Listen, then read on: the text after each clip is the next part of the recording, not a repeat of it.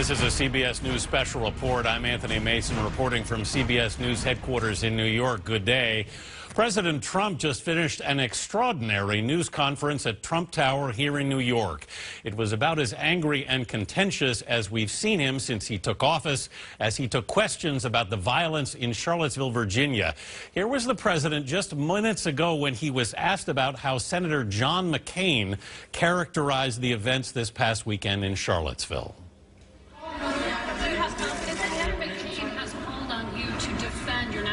Advisor H.R. McMaster against these attacks. I did it the last time. And he called on it again, linking them Senator McCain to the alt-right. Senator McCain, you mean the one who voted against Obamacare? And he said who is Senator? You mean Senator McCain who voted against us getting good health care?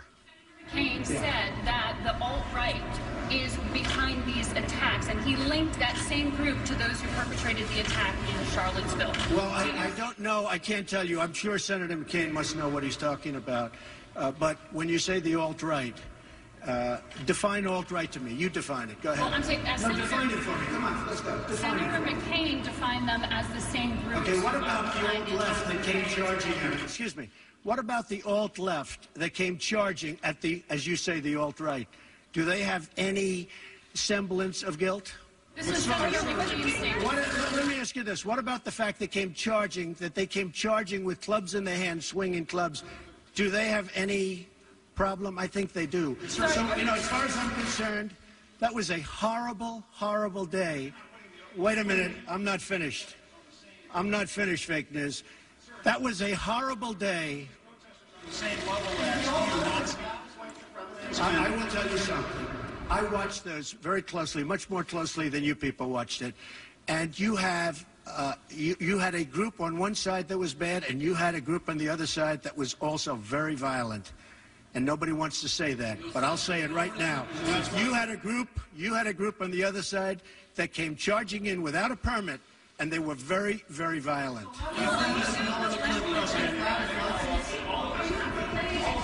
Go ahead. Do you think that what you call the alt-left is the same as neo-Nazis? Those people, all of those people, excuse me, I've condemned neo-Nazis. I've condemned many different groups, but not all of those people were neo-Nazis, believe me. Not all of those people were white supremacists by any stretch. Those people were also there because they wanted to protest the taking down of a statue, Robert E. Lee.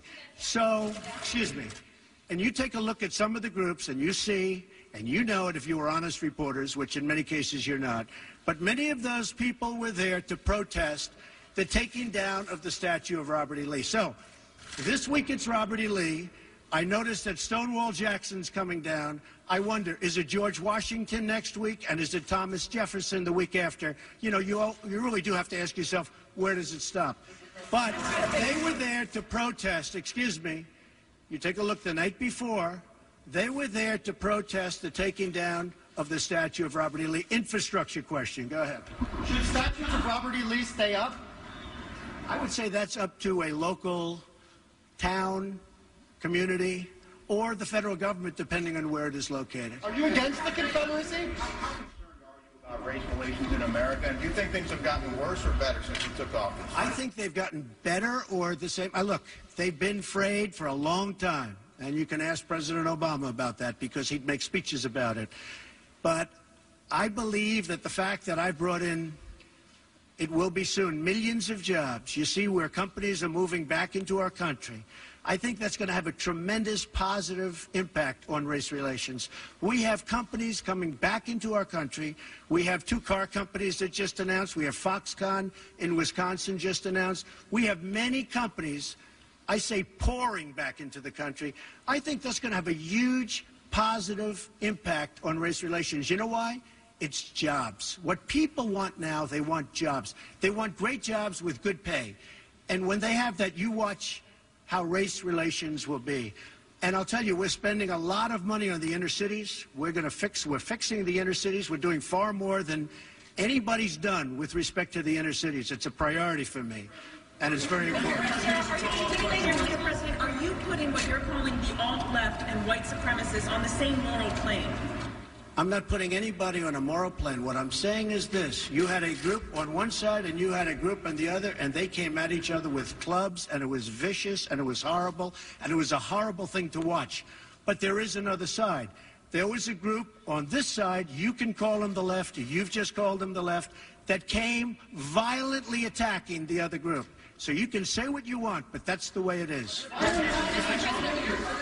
On both sides, sir? You said there was hatred, there was violence on both sides. Well, I do think there's blame. Yes, I think there's blame on both sides. You look at both sides. I think there's blame on both sides, and I have no doubt about it, and you don't have any doubt about it either. And if you reported it accurately, you would say. Neo-Nazis started this. They showed up in Charlottesville. They showed up in Charlottesville to protest. Excuse me. They didn't make themselves known as neo-Nazis. And you had some very bad people in that group. But you also had people that were very fine people on both sides. You had people in that group, excuse me, I saw the same pictures as you did. You had people in that group that were there to protest the taking down of, to them, a very, very important statue and the renaming of a park from Robert E. Lee to another name. No, George Washington was a slave owner. Was George Washington a slave owner? So will George Washington now lose his status? Are we going to take down, excuse me, are we going to take down statues to George Washington? How about Thomas Jefferson? What do you think of Thomas Jefferson? You like him? Okay, good. Are we going to take down the statue? Because he was a major slave owner. Now we're going to take down his statue. So you know what? It's fine. You're changing history, you're changing culture, and you had people, and I'm not talking about the neo-Nazis and the white nationalists, because they should be condemned totally. But you had many people in that group other than neo-Nazis and white nationalists, okay? And the press has treated them absolutely unfairly. Now, in the other group also, you had some fine people, but you also had troublemakers, and you see them come with the black outfits and with the helmets and with the baseball bats. You had a lot of bad people in the other group too. Treated unfairly, sir. I'm sorry, I just didn't understand what you were saying. You were saying the press has treated white nationalists unfairly? No. I just didn't understand what you were saying. No. There were people in that rally, and I looked the night before. If you look, there were people protesting very quietly the taking down of the statue of Robert E. Lee. I'm sure in that group there were some bad ones. The following day it looked like they had some rough, bad people.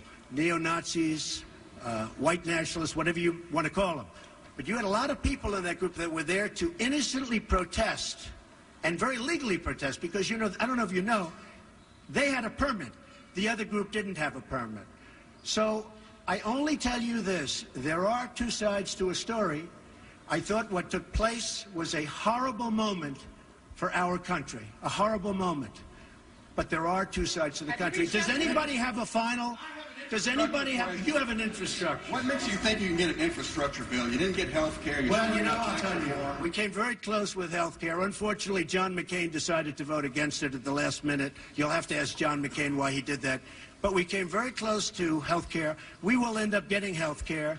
But we'll get the infrastructure, and actually infrastructure is something that I think will have bipartisan support on. I actually think Democrats will go along with the infrastructure. President, have you spoken to the family? Have you spoken to the family of the victim of the car attack? No, I'll be reaching out. When will you be reaching out? I was I thought that the statement put out, the mother's statement, I thought was a beautiful statement. I was telling you, it was something that I really appreciated. I thought it was terrific, and really under the kind of stress that she's under and the heartache that she's under, I thought putting out that statement to me was really something I won't forget. Thank you all very much. Thank you. Thank you.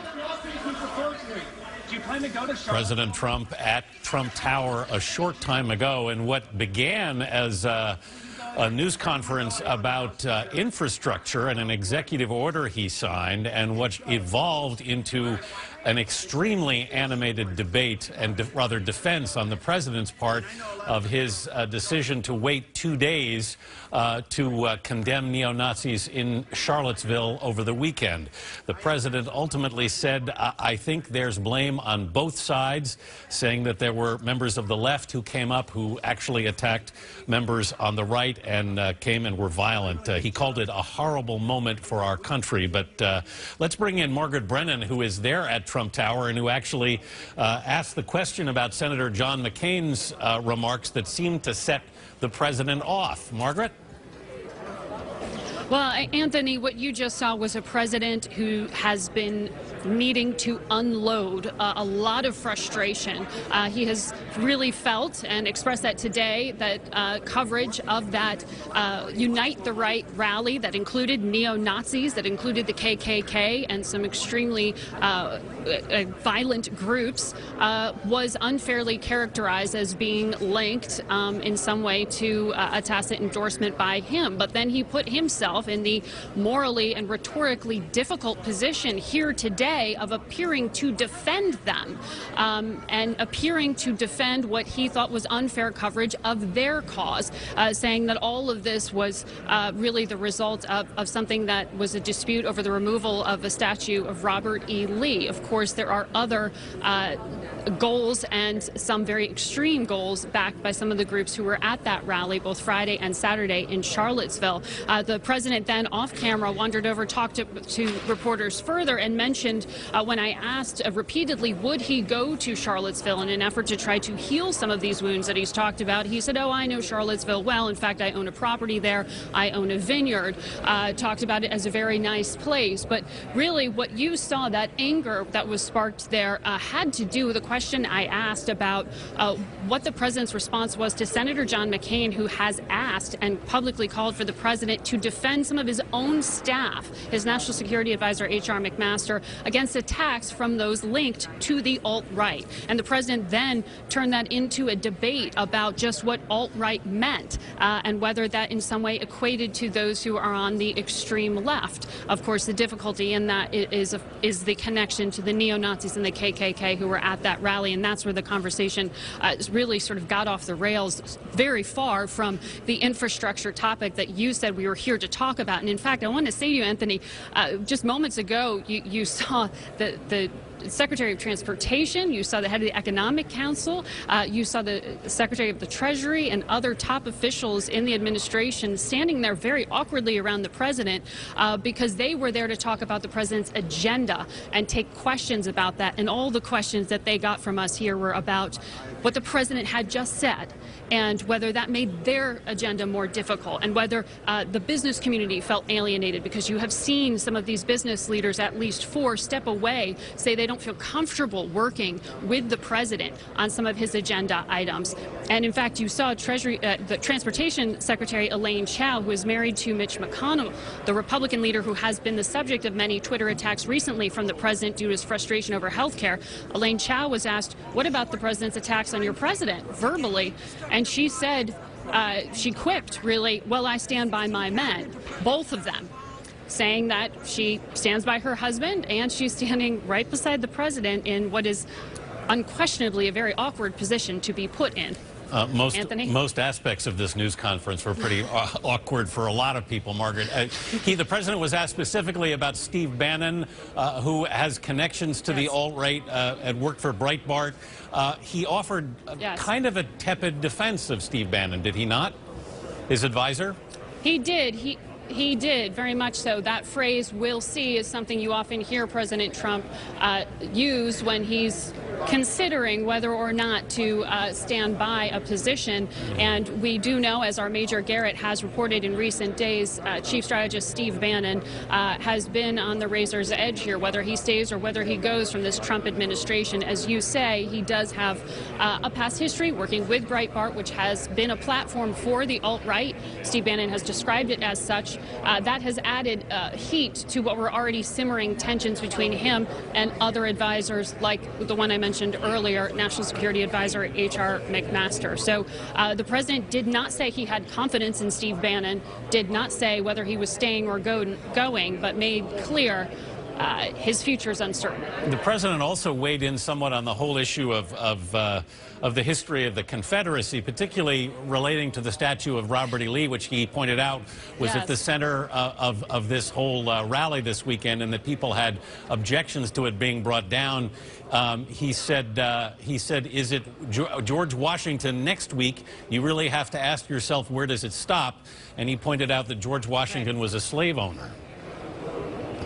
Right. Well, on the facts, that is correct, as was Thomas Jefferson, who he also pointed to as a slave owner. However, what the president waded into there is something that is a difficult issue and being debated at the local level in many states and many cities about whether having symbols of the Confederacy is somehow a continued reminder or endorsement of some of the principles of the Confederate states who backed slavery. So he again waded into an issue he really didn't need to. He could have left it very simply at that is up to states and municipalities, but by going where he did with his rhetoric, really it seemed like Anthony standing here responding from a place of anger and frustration, that he put his thumb on the scale of that debate as well. And some of what he said here will be heard differently by people who are more sympathetic to perhaps that point of view,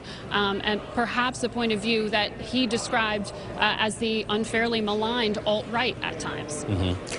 All right, Margaret Brennan at Trump Tower, as we say, after an extraordinary news conference that began as a signing of an executive order on infrastructure spending, but evolved into a very animated defense of the president's statements over the weekend. There will be much more about this extraordinary day on your local news on this CBS station and on our 24-hour streaming news service, CBSN, and of course right here tonight on the CBS Evening News. Till then, I'm Anthony Mason, CBS News, New York. For news 24 hours a day, go to CBSNews.com.